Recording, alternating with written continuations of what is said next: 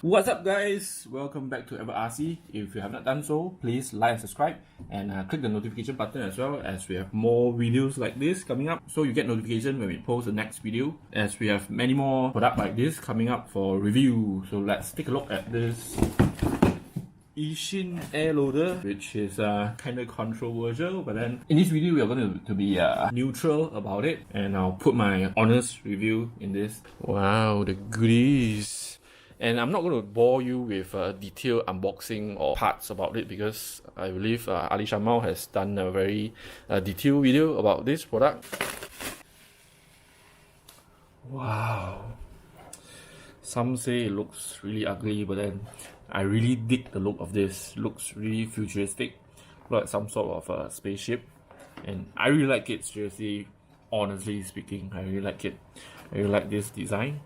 Not something that only the mother loves. Okay, and close the hatch with the magnet. Wow, this is really carrying the XT60 connectors, and there's screws as well. I think extra of this of what? I'm not sure. Oh, some more grill for the front, cable tie as well. Oh, yep, the airspeed sensor mount. I think you can mount it either here or here. Okay, so it's away from the airflow passing over the body. There's also some more screws. This is the area you put your flight controller and blow it up. Ooh, plenty of space inside here to put your flight controller or your ESC. They molded this extra layer of foam here to properly secure it. I really like the design. It looks really like modern, futuristic kind of shape. So that's the connector over there. This soldering, it looks alright, still looks fine. It's thicker than what I expect, and then it's really stiff though. So the vertical stabilizer with a 3M tape on it. This is something new.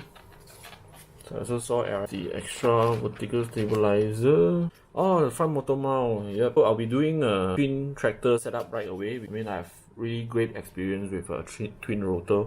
It makes launching way easier. It's just basically the plane pulls out from your hand. Looks like there's a slight down thrust. They already molded the lines over here as a reference. Carbon boom for the main wing, and there's two of it. Black and white sticker instruction manual. The CG clearly marked here as well. Really well thought out airframe. Forgot to mention these new features introduced in this model as well. So instead of getting your belly scratched, now you have this as a surface to be sacrificed during landing.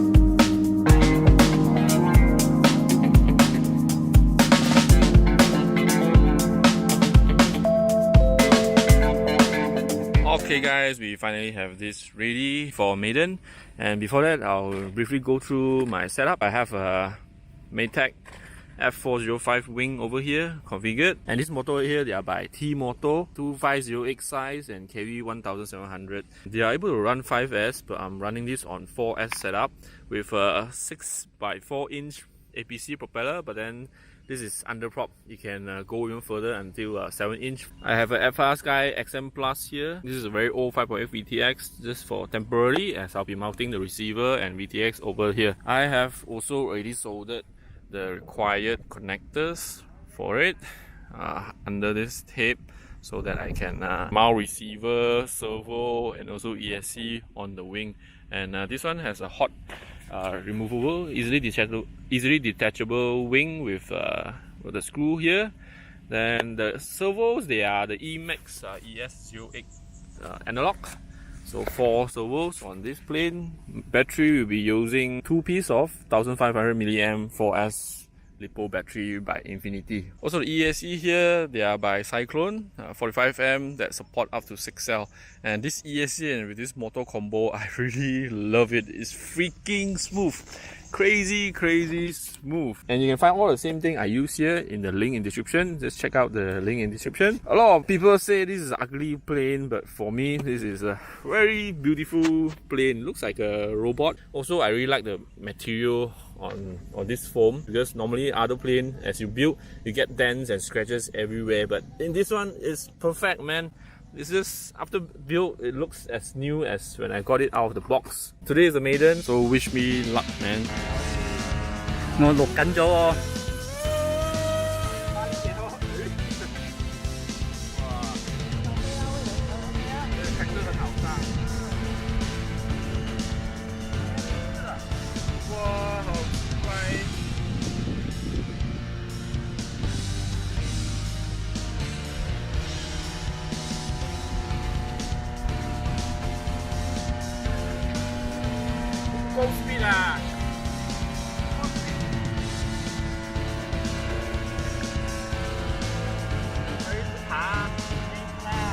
That was really scary because I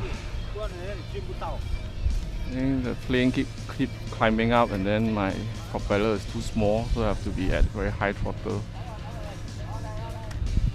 So now I'm flying on manual. On stabilized mode is fine, really fine, because it holds it level. On manual, this is weird. I think it's meant to be designed like that. So I'm just gonna, I don't know, maybe continue flying, or because I don't have GPS signal. I'm not sure what's wrong with that. I'm on over 50% throttle because I'm under prop. I have to keep up with the speed. Flying on manual, I think it's fine. It's really smooth. It's quiet as well. It's a nice plane. I think yes. I think it's well designed, well built. It's very solid. You can feel that it's very, very solid. Stabilized mode actually flies damn nice. Long range FPV plane, so I think it's meant to be flown, to be managed by autopilot. Landing! So to keep my throttle high because of the character of it. I mean, because of the under prop issue.